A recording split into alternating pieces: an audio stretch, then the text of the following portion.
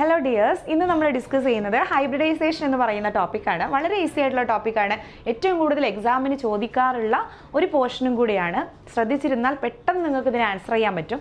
ഏതെങ്കിലും ഒരു മോളിക്യൂൾ തന്നിട്ട് അതിൻ്റെ ഹൈബ്രിഡൈസേഷൻ എന്താണ്, അതിൻ്റെ സ്ട്രക്ചർ എന്താണ്, ഇതിന് sp3 ഹൈബ്രിഡൈസേഷൻ ആണോ, ഇതിന് sp2 ആണോ, sp ആണോ, sp3d ആണോ, sp3d2 ആണോ എന്നുള്ള ക്വസ്റ്റ്യൻസ് ഒക്കെ നിറയായിട്ട് കാണാൻ പറ്റും ക്വസ്റ്റ്യൻ പേപ്പറിൽ. അപ്പോൾ വളരെ ഈസി ആയിട്ട് എങ്ങനെ ഹൈബ്രിഡൈസേഷൻ മോളിക്യൂൾസ് തന്നു കഴിഞ്ഞാൽ അതിൻ്റെ ഹൈബ്രിഡൈസേഷൻ എങ്ങനെ കാണാം എന്നുള്ളതാണ് നമ്മൾ ഡിസ്കസ് ചെയ്യുന്നത്. ശ്രദ്ധിച്ചിരുന്നോളാം, വളരെ ഈസിയാണ്. വളരെ ഈസി ആയിട്ടുള്ള ഒരു ഇക്വേഷൻ നിങ്ങൾ ജസ്റ്റ് ഒന്ന് മനസ്സിലാക്കി വെച്ചാൽ മതിടാ. Half into B plus M minus C നമ്മൾ മനസ്സിലാക്കി കഴിഞ്ഞു കഴിഞ്ഞാൽ ഈ ഒരു ഇക്വേഷൻ വെച്ചിട്ട് നമുക്ക് ഏതിൻ്റെ ഹൈബ്രിഡൈസേഷനും കാൽക്കുലേറ്റ് ചെയ്യാൻ പറ്റും. അപ്പോൾ വി എന്ന് പറഞ്ഞാൽ എന്താണ്? സെൻട്രൽ ആറ്റത്തിൻ്റെ വാലൻസ് ഇലക്ട്രോണുകളുടെ എണ്ണാണ്, നമ്പർ ഓഫ് വാലൻസ് ഇലക്ട്രോൺ ആണ്. എം എന്ന് പറഞ്ഞാൽ നമ്പർ ഓഫ് മോണോവാലന്റ് ആറ്റംസ് ആണ് കേട്ടോ. മോണോവാലന്റ് ആറ്റംസ് എന്ന് പറഞ്ഞാൽ ഒന്നെങ്കിൽ ഹൈഡ്രജൻ പോലെയുള്ള അല്ലെങ്കിൽ ഹാലജൻസ്, ഇവരുടെ എണ്ണത്തിന് മാത്രമേ കൗണ്ട് ചെയ്യുന്നുള്ളൂ. ഒന്നെങ്കിൽ എച്ച് അല്ലെങ്കിൽ എക്സ്. എക്സ് എന്ന് പറഞ്ഞാൽ എന്താ? ഹാലജൻസ്, ക്ലോറിൻ ഫ്ലോറിൻ എന്നൊക്കെ പറയുന്ന ഹാലജൻസ് അല്ലെങ്കിൽ ഹൈഡ്രജൻ്റെ എണ്ണയെ നമ്മൾ അവിടെ നോക്കുന്നുള്ളൂ. അത് രണ്ടും ഇല്ലെങ്കിൽ നമുക്ക് എമ്മിൻ്റെ 0 ആയിട്ട് വാല്യൂ കൊടുത്താൽ മതി.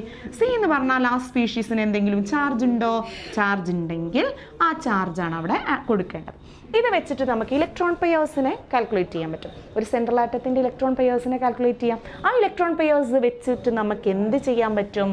അയാളുടെ ഇലക്ട്രോൺ പെയേഴ്സിൻ്റെ എണ്ണം വെച്ചിട്ട് നമുക്ക് അയാളുടെ ഹൈബ്രിഡൈസേഷൻ ഈസി ആയിട്ട് പറയാൻ പറ്റും. ഫോർ എക്സാമ്പിൾ നോക്കടാ, BeCl2 എന്ന് പറഞ്ഞാൽ തന്നെ നിങ്ങൾക്ക് അറിയാം. BeCl2 എന്ന് പറഞ്ഞാൽ ലീനിയർ ഷേപ്പാണ്. 180 ഡിഗ്രിയാണ്. അതോടൊപ്പം അതിൻ്റെ ഹൈബ്രിഡൈസേഷൻ sp ഹൈബ്രിഡൈസേഷൻ ആണെന്ന് അറിയാം. എങ്ങനെയാണ് അത് ഹൈബ്രിഡൈസേഷൻ sp ആയത്?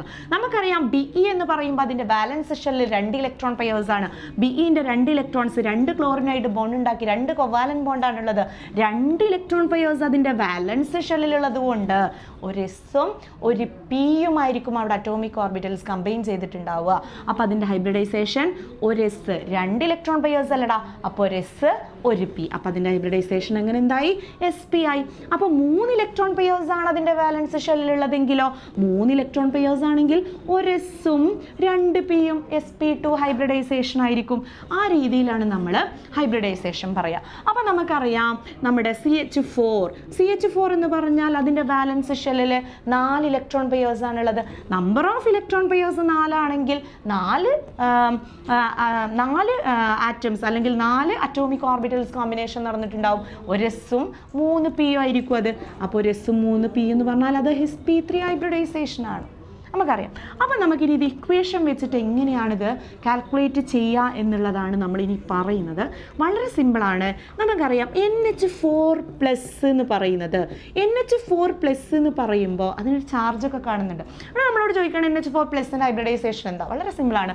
നമ്മൾ അതിൻ്റെ സെൻട്രൽ ആറ്റത്തിന് എത്ര ഇലക്ട്രോൺ പെയേഴ്സ് ഉണ്ട് എന്ന് നോക്കിയാൽ മതി. ആ ഇലക്ട്രോൺ പെയേഴ്സിൻ്റെ എണ്ണം എന്താണോ അത് വെച്ചിട്ട് നമുക്ക് അതിൻ്റെ ഹൈബ്രിഡൈസേഷൻ പറയാൻ പറ്റും. അപ്പോൾ നോക്കടാ, half into V number of valence electron ആരുടെ? സെൻട്രൽ ആറ്റത്തിൻ്റെ.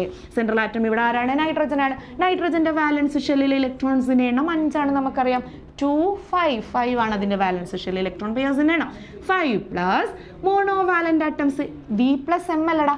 എം എന്ന് പറഞ്ഞാൽ മോണോവാലൻ്റ് ആറ്റംസാ, ഒന്നെങ്കിൽ ഹൈഡ്രജൻ അല്ലെങ്കിൽ ഹാലജൻ. അപ്പോൾ ഇവിടെ ഹൈഡ്രജൻ്റെ എണ്ണം 4 ആണ് നമുക്കറിയാം. മൈനസ് ചാർജ്, ഇവിടെ എന്താണ് ചാർജ്? +1 ആണ് നമുക്കറിയാം. അപ്പോൾ നമുക്ക് എന്ത് കിട്ടി? Half into 9 - 1 that equal to 8/2 that equal to 4. അപ്പോൾ നമ്പർ ഓഫ് ഇലക്ട്രോൺ പെയേഴ്സിൻ്റെ എണ്ണമാണ് 4 എന്ന് കിട്ടിയത്. ഇലക്ട്രോൺ പെയേഴ്സിൻ്റെ എണ്ണം 4 ആണെങ്കിൽ അവിടുത്തെ ഹൈബ്രിഡൈസേഷൻ എന്ന് പറയുന്നത് അല്ലെങ്കിൽ അവിടുത്തെ അറ്റോമിക് ഓർബിറ്റൽസ് കോമ്പിനേഷൻ നടന്നിട്ടുണ്ടാവുക ആരൊക്കെയായിരിക്കും? 4 ഇലക്ട്രോൺ പെയേഴ്സ് ആണെങ്കിൽ ഒരു എസും 3 പിയും ആയിരിക്കും. ഒരു എസും 3 പിയും. അപ്പോൾ 4 ഇലക്ട്രോൺ പെയേഴ്സ് ആണെങ്കിൽ ഹൈബ്രിഡൈസേഷൻ sp3 ഹൈബ്രിഡൈസേഷൻ. പിന്നെ 4 ഇലക്ട്രോൺ പെയേഴ്സിൻ്റെ ഈ 4 ഇലക്ട്രോൺ പെയേഴ്സും എന്ന് പറയുന്നത് അവിടെ ബോണ്ടിങ്ങിൽ ഏർപ്പെട്ടിട്ട് H4 അല്ലടാ, അതുകൊണ്ട് അവിടെ 4 എന്താണ്? ബോണ്ടിങ്ങിൽ ഏർപ്പെട്ടതാണ്.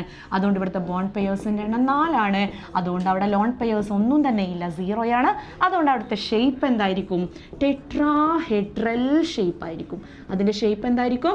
ടെട്രാഹെഡ്രൽ ഷേപ്പ് ആയിരിക്കും. വളരെ ഈസി ആയിട്ട് കണ്ടുപിടിക്കാൻ പറ്റുന്ന ഒരു മെത്തേഡാണിത്. അതോടൊപ്പം വേറെ ഏതെങ്കിലും ഒരു മോളിക്യൂൾ PF6- എങ്ങനെ കണ്ടുപിടിക്കും? PF6- ആണെങ്കിൽ ഇതേ ഇക്വേഷൻ യൂസ് ചെയ്യുക. ഇലക്ട്രോൺ പെയേഴ്സിൻ്റെ എണ്ണം കാണാം. Half into V plus M minus C. അപ്പോൾ നമുക്ക് വി എന്ന് പറഞ്ഞാൽ നമ്പർ ഓഫ് ഇലക്ട്രോൺസ്, വാലൻസ് ഇലക്ട്രോൺസിൻ്റെ എണ്ണമാണ്. ഫോസ്ഫറസ് ആണ്. ഫോസ്ഫറസ് എന്ന് പറഞ്ഞാൽ നൈട്രജൻ്റെ സെയിം ഫാമിലി ആയതുകൊണ്ട് വിൻ്റെ നമ്പർ, വാലൻസ് ഇലക്ട്രോൺസിൻ്റെ എണ്ണം 5 ആണ്. 5 plus M number of monovalent atoms. ഇവിടെ ഫ്ലൂറിൻ ആണ്. ഫ്ലൂറിൻ എന്ന് പറയുന്നത് ഹാലജൻ ആണ്. അതുകൊണ്ട് നമ്മൾ എമ്മിൻ്റെ വാല്യൂ എടുക്കണം. 6 ആണ്. 6 ഫ്ലൂറിൻ ആണുള്ളത്. 6 മൈനസ് ചാർജ് ആണ്. അതുകൊണ്ട് മൈനസ്, വീണ്ടും ഒരു -1 വരും. അപ്പോൾ നമുക്ക് ഇലക്ട്രോൺ പെയർസിൻ്റെ എണ്ണം എത്ര ഇട്ടുകൂടാ? 5 plus 6 plus 1 that equal to 12/2 that equal to 6. അപ്പോൾ 6 ഇലക്ട്രോൺ പെയേഴ്സ് ആണ് അതിൻ്റെ വാലൻസ് ഷെല്ലിലുള്ളത്. ആ 6ഉം ബോണ്ടിങ്ങിൽ ഏർപ്പെട്ടതാണ്. അത് നോക്കണം ഷേപ്പ് പറയണമെങ്കിൽ. അപ്പോൾ ഇവിടുത്തെ ബോണ്ട് പെയേഴ്സിൻ്റെ എണ്ണം എന്താണ്? F6 ആയതുകൊണ്ട് ബോണ്ടിങ്ങിൽ ഏർപ്പെട്ടത് 6 ആണ്. അപ്പോൾ ഇവിടെ ലോൺ പെയേഴ്സ് ഉണ്ടോ? ലോൺ പെയേഴ്സ് ഇല്ല. അതുകൊണ്ട് നമുക്ക് പറയാം ഇതിൻ്റെ ഷേപ്പ് എന്താണെന്ന് പറയാം. ഒക്ടാഹെഡ്രൽ ഷേപ്പാണ്. അതോടൊപ്പം 6 വാലൻസ് ഇലക്ട്രോൺസ് ആണ്, അല്ലെങ്കിൽ 6 ഇലക്ട്രോൺ പെയേഴ്സ് ആണെങ്കിൽ അതിൻ്റെ ഹൈബ്രിഡൈസേഷൻ എന്ന് പറയുന്നത് എന്തായിരിക്കും? ഒരു S 3p_d2. ടോട്ടൽ 6 ഒരു S 3p 2d. അപ്പോൾ sp3d2 ഹൈബ്രിഡൈസേഷൻ ആയിരിക്കും. അതേ രീതിയിൽ നമ്മൾ കാൽക്കുലേറ്റ് ചെയ്ത് കഴിഞ്ഞാൽ എല്ലാത്തിൻ്റെ ഹൈബ്രിഡൈസേഷൻ നമുക്ക് വളരെ ഈസി ആയിട്ട് കാൽക്കുലേറ്റ് ചെയ്യാൻ പറ്റും. അതുപോലെ SO4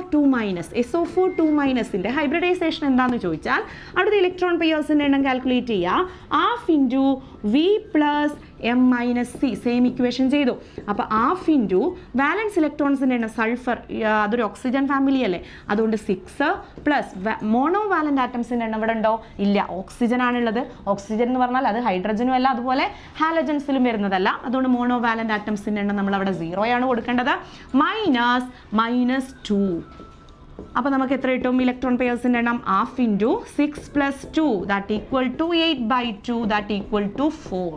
4 ഇലക്ട്രോൺ പെയേഴ്സ് ആണെങ്കിൽ ഹൈബ്രിഡൈസേഷൻ ഒരു S 3p. അപ്പോൾ ഹൈബ്രിഡൈസേഷൻ എന്ത് വരും? sp3 ഹൈബ്രിഡൈസേഷൻ വരും. അതിൻ്റെ ഷേപ്പ് നോക്കടാ. 4 ഇലക്ട്രോൺ പെയേഴ്സ്, 4ഉം ബോണ്ടിങ്ങിൽ ഏർപ്പെട്ടതാണ്. ലോൺ പെയേഴ്സ് ഇല്ല. അതുകൊണ്ട് അതിൻ്റെ ഷേപ്പും എന്താണ്? ടെട്രാഹെഡ്രൽ ഷേപ്പാണ് നമ്മൾ എഴുതേണ്ടത്. അപ്പോൾ വളരെ ഈസി ആയിട്ട് നമുക്ക് ഹൈബ്രിഡൈസേഷൻ ഇതുപോലെ കാണാൻ പറ്റും. ഇനി ഒരു ലോൺ പെയർ ഉള്ള കേസ് ആണെങ്കിൽ, ലോൺ പെയർ ഉള്ള കേസ് ആണല്ലോ ഇപ്പോൾ NH3. അതിൻ്റെ എന്തായിരിക്കും? ഇലക്ട്രോൺ പെയേഴ്സിൻ്റെ എണ്ണം നിങ്ങൾ എങ്ങനെ കാൽക്കുലേറ്റ് ചെയ്യും? ½ into V plus M minus C ചെയ്യുമ്പോൾ നിങ്ങൾക്ക് എന്ത് കിട്ടും? ലാസ്റ്റ് നിങ്ങൾക്ക് 4 എന്ന് ആൻസർ കിട്ടും. Electron pairs. പക്ഷേ ഇവിടെ ബോണ്ടിങ്ങിൽ ഏർപ്പെട്ടത് എത്രയേ ഉള്ളൂ? ബോണ്ട് പെയേഴ്സ് 3 എണ്ണേ ഉള്ളൂ. ഇലക്ട്രോൺ പെയേഴ്സിലെ 3 എണ്ണേ ബോണ്ടിങ്ങിൽ ഏർപ്പെട്ടിട്ടുള്ളൂ എന്ന് വെച്ച് കഴിഞ്ഞാൽ ഒരാൾ അവിടെ എന്തായിട്ട് നിൽക്കുന്നുണ്ട്? ലോൺ പെയർ ആയിട്ട് നിൽക്കുന്നുണ്ട്. എന്ന് വെച്ചാൽ 3 ബോണ്ട് പെയേഴ്സും 1 ലോൺ പെയേഴ്സും ആണെങ്കിൽ നമുക്കറിയാം അത് ഏത് ഷേപ്പിലേ നിൽക്കുള്ളൂ?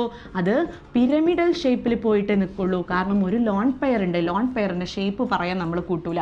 അതുകൊണ്ട് അതിൻ്റെ ഹൈബ്രിഡൈസേഷൻ 4 ഇലക്ട്രോൺ പെയേഴ്സ് ആണ്. അപ്പോൾ പിന്നെ ഒന്നും നോക്കണ്ട. ഇലക്ട്രോൺ പെയേഴ്സിൻ്റെ എണ്ണം 4 ആയതുകൊണ്ട് ഹൈബ്രിഡൈസേഷൻ sp3 തന്നെയാണ്. പക്ഷേ ഷേപ്പ് പറയുമ്പോൾ 3 ബോണ്ടേ ഉള്ളൂ. അതുകൊണ്ട് ഷേപ്പ് ടെട്രാഹെഡ്രൽ അല്ല, ഷേപ്പ് പിരമിഡൽ ഷേപ്പാണ്. ഇതുപോലെ ഏത് സ്പീഷീസിൻ്റെ ഹൈബ്രിഡൈസേഷൻ പെട്ടെന്ന് നിങ്ങൾക്ക് കണ്ടെത്താൻ പറ്റുന്നതാണ്. അപ്പോൾ ഇത് നല്ലൊരു ട്രിക്കാണ്. നിങ്ങൾ ഈക്വേഷൻ വെച്ചിട്ട് തന്നെ ഹൈബ്രിഡൈസേഷൻ കാൽക്കുലേറ്റ് ചെയ്യാൻ വേണ്ടി ശ്രമിക്കുക. താങ്ക്